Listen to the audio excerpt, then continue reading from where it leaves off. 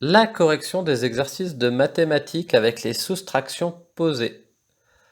La première soustraction que vous aviez, 58 moins 36, celle-là, elle n'était pas compliquée. Elle était déjà toute écrite. En plus, c'est une soustraction sans retenue. Donc on fait 8 unités moins 6 unités, ça fait 2. Et 5 dizaines moins 3 dizaines, ça fait 2. On trouve donc 22. 58 moins 36 est égal à 22.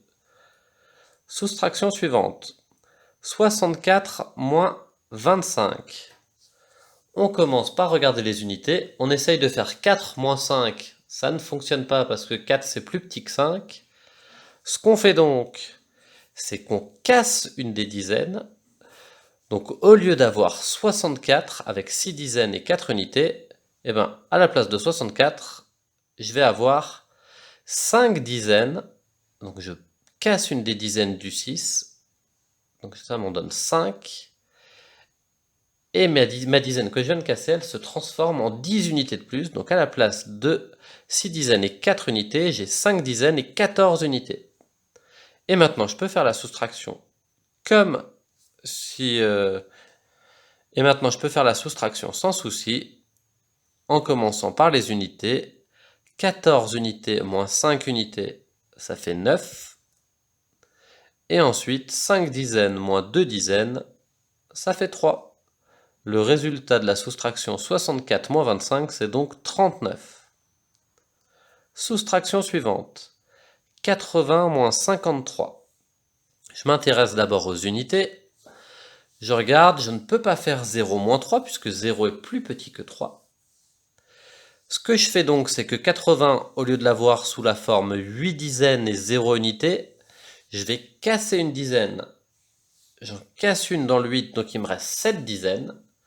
Et par contre, la dizaine que j'ai cassée, elle se transforme à côté dans les unités en 10 unités. Donc une autre façon d'écrire 80, c'est 7 dizaines et 10 unités. Et là, aucun souci, je m'occupe d'abord de la colonne unité, ça me fait 10 moins 3, ça donne 7 unités. Et à côté, dans la colonne des dizaines, 7 moins 5, ça fait 2 dizaines. J'obtiens donc le résultat 27. 80 moins 53 est égal à 27. Calcul suivant. 67 moins 9. Alors celui-là, on n'était pas obligé de le poser. Vous savez le faire normalement. La façon la plus simple, c'est de retirer 9 directement. Alors par exemple, en faisant 67 et retirant 9 dans votre tête, donc je pars de 67, ça fait 66, 65, 64, 63, 62, 61, 60, 59, 58. Ou alors, l'autre technique, c'est que je sais que 9, c'est 7 plus 2. Donc je fais d'abord 67 moins 7. Ça fait 60. Et ensuite, il me reste plus qu'à retirer 2. 60 moins 2, ça fait 58. Donc deux façons de trouver le résultat sans poser. 58. Ensuite, il y avait 56 moins 24. Là, pas de souci, on peut le poser ou pas le poser si on le voit directement.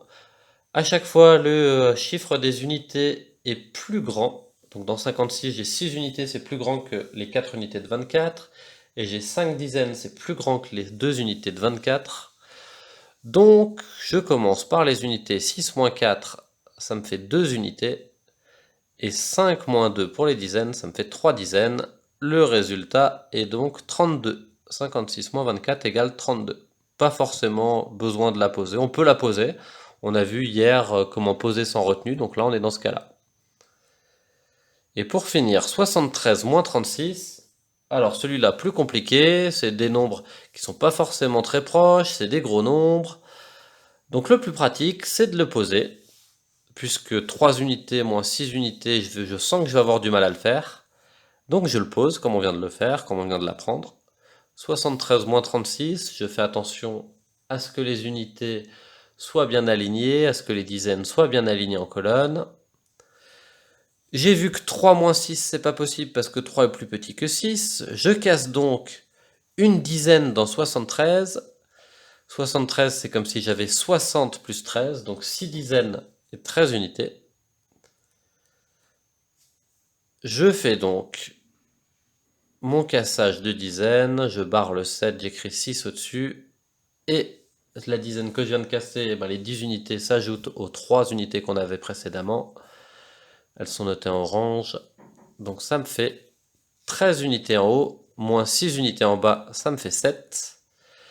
7 unités, et je regarde les dizaines, 6 dizaines moins 3 dizaines, ça fait 3 dizaines. Le résultat de 73 moins 36, c'est 37. Voilà, j'espère que c'est tout clair pour vous pour les soustractions posées.